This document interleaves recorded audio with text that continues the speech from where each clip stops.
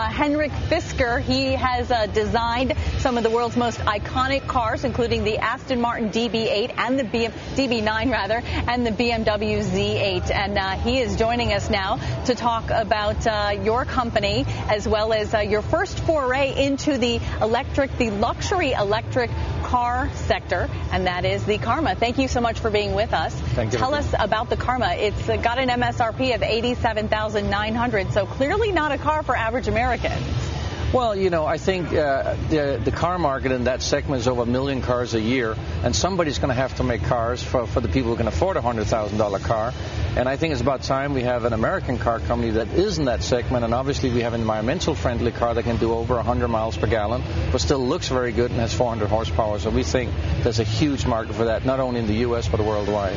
I've heard the car called the Tesla killer by some. Is this a race between you and Tesla? Tesla, of course, debuting the Model S. Well, not really, because our car is actually an electric vehicle with a range extender, so it's not a pure electric vehicle, and I think that's a big difference. So I think our customers, we have over 3,000 orders, by the way, and most of our customers comes from the traditional luxury brands like BMW, Mercedes.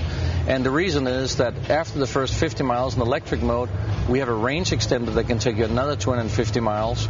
So you don't have the limited range of having a pure electric car, which we think is very important for the future of these vehicles. You guys recently received a loan from the Department of Energy, $528 million, to make a lower-priced electric vehicle, Project Nina. Tell us about that. When will we expect to see that?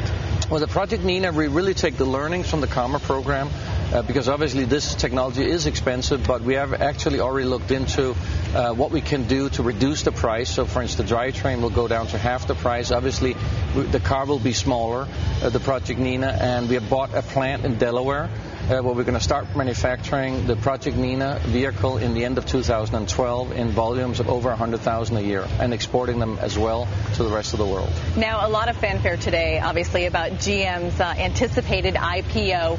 You guys have a goal to IPO. Can you tell us more about that, and what is your timeline for that?